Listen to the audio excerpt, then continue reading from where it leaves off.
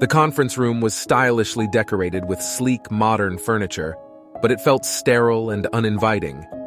Joe sat at the far corner of the room, uncomfortable and unassuming.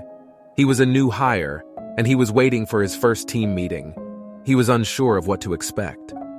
Suddenly, the door opened, and a tall, beautiful woman stepped in. She was dressed in a sharp, tailored pantsuit and held a sleek tablet computer in her hands. She crossed the room gracefully, her heels clicking against the hardwood floors, and perched herself on the edge of the desk in front of him. The woman smiled slightly, her lips forming a thin line. "Hello, Joe," she said. "My name is Jen. I'm here to offer you a job, but before I can do that, I need to understand who you are."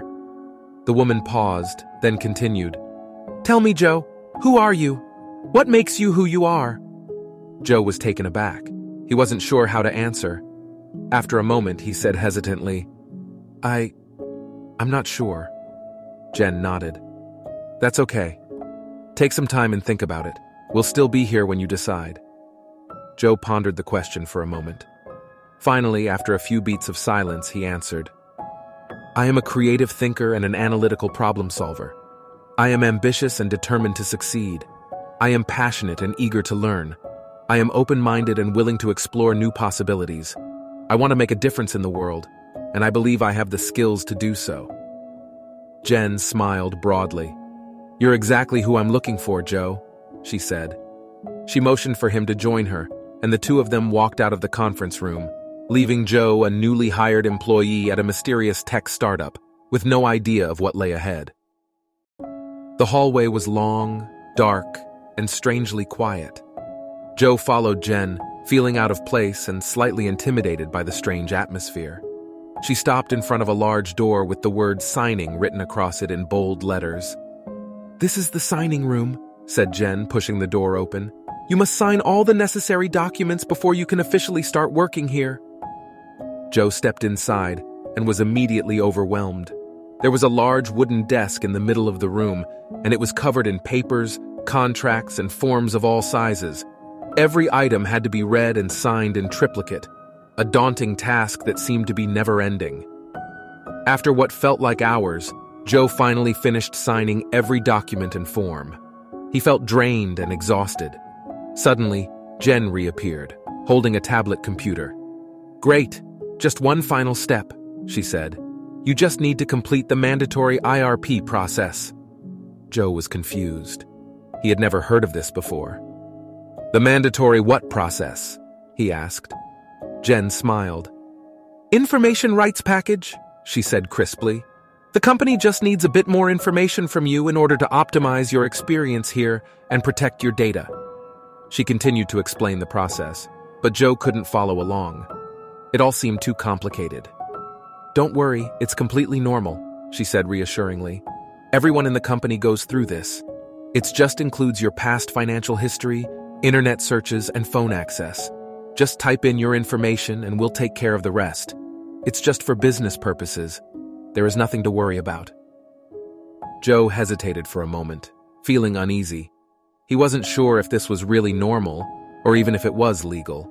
But he was new to big companies and didn't want to draw attention to himself by speaking out. So he reluctantly complied, typing in all of his personal data on the tablet. When he was done, Jen smiled and thanked him.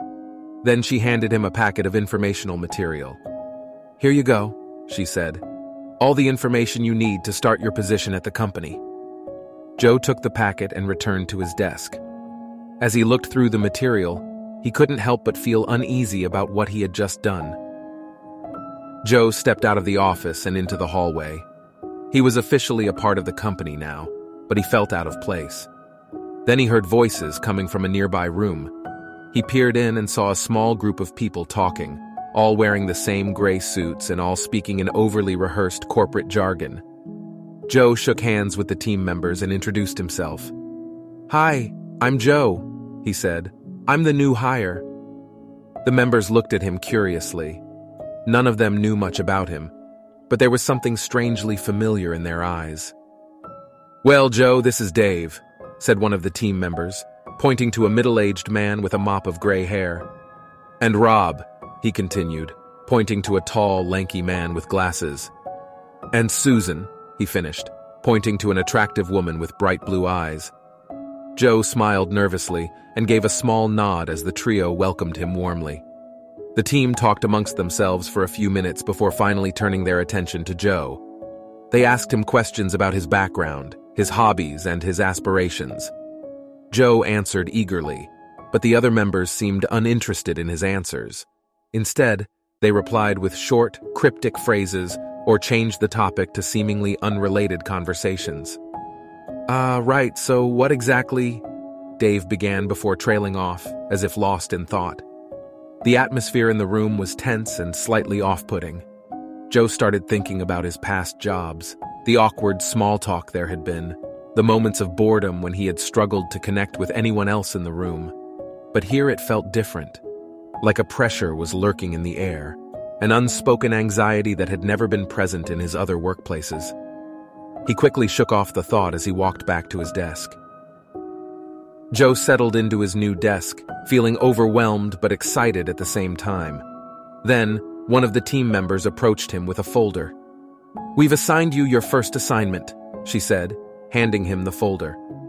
Joe opened it and quickly scanned the contents. The document started stating the objectives for the company, then went on to list its key performance indicators and metrics it was tracking. But there was no clear task for him. Still, Joe tried to make sense of it. He spoke with other team members, asking questions and researching the company's mission statement. But none of it made any sense. He worked out that the first thing he needed to do was gain access to the mysterious ARR system used to store the company's quarterly reports. But before that, one had to set up what seemed like an illogical labyrinth of accounts and credentials. Joe contacted the IT porto he had been assigned, who directed him to the HR team to get his employee number. But in order to obtain the employee number, he would need to submit a request to the mysterious business support team. Business support informed him that no employee number was given until the probation period had been passed, and asked Joe to use a temporary number to apply for the account. HR were able to create a temporary ID, but then told Joe he also had to complete an administration profile with the company and acquire a mythical data suit to retrieve the titular number. To access the data suit, he had to go to the IT team and get it authenticated. After much effort, Joe had successfully installed the data suit, but it required a license key, obtainable only from the finance team. He was told he had to complete the compliance training first, so he asked HR for a link and received a response with the contact details for the compliance team. Compliance then asked for his employee number to track the completion, to which Joe balked and explained he had not yet been assigned one. Compliance retorted by asking Joe to submit the compliance test first, and then they would arrange the employee number. To properly proceed, Joe had to provide proof of his start date in the form of a contract, leading to yet another conversation with HR to find out where his contract was. Finally, the compliance team gave Joe the link to the compliance training, which he opened to a remarkable discovery. The login page was titled, ARR, Please Login. Joe's shoulders sagged in resignation. He had gone through a loop of departments over and over again, still no closer to understanding the task or the purpose of the ARR system he was trying to get access to. He looked around the office and noticed that everyone else had already gone home, leaving him alone in an unfamiliar building with an unfinished task that seemed impossible to complete. He sighed and leaned back in his chair, feeling exhausted and defeated. It was 9 p.m. now, and the office was empty. The lights were dimmed and gave off a warm, comforting glow. The furniture was still in its place, and there were no signs of the bustling energy that had filled the room during the day. The only sound was the faint hum of the air conditioner and the occasional creak of an old chair shifting on its wheels.